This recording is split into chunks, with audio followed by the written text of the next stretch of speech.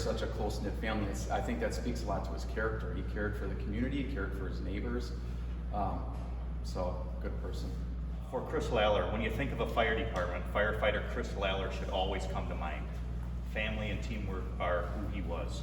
At work, you didn't have to ask for him to come help you in the kitchen. He was already there. You didn't have to ask him to help come check out the truck in the morning to make sure everything was in its place and ready to go. He was already out there doing that work. Chris was a huge asset for the fire department. It's going to be a huge loss that we're not going to be able to fix. But he was also a huge loss and asset to the community. When Chris left his tour, he wasn't done with the community. He didn't just say, all right, I'm clocked out, I go back my next tour. He kept it up. And what I mean by that was Chris was always first to help out at any type of fundraiser the local 321 or even the fire department had. There's been numerous times that Chris and I have discussed as far as his neighbors, as far as getting together in his backyard or their backyard, hanging out, having laughs, having the kids run around, and sometimes when neighbors were gone or had to do errands, he would watch their kids for them.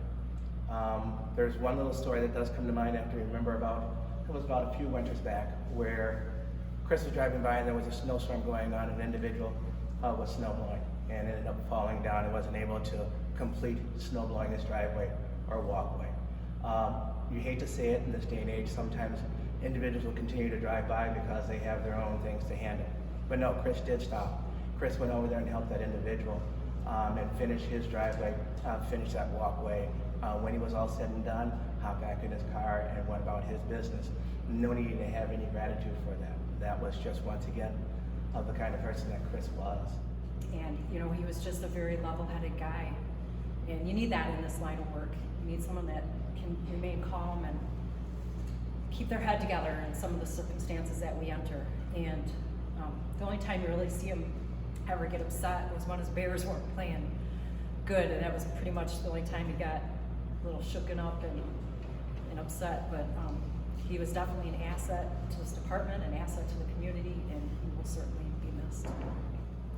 It's difficult to stand here and talk about the events that surround the loss of an extended member of our family. What I can tell you is that we are using all of our investigative resources to determine the who and the why regarding this senseless death. We do have a promising line of investigation, but I'll not be providing a whole lot of information so that we don't jeopardize the integrity of the investigation and the eventual prosecution. So rest assured that we are working on this, we're working on this diligently, and we will go wherever it takes us.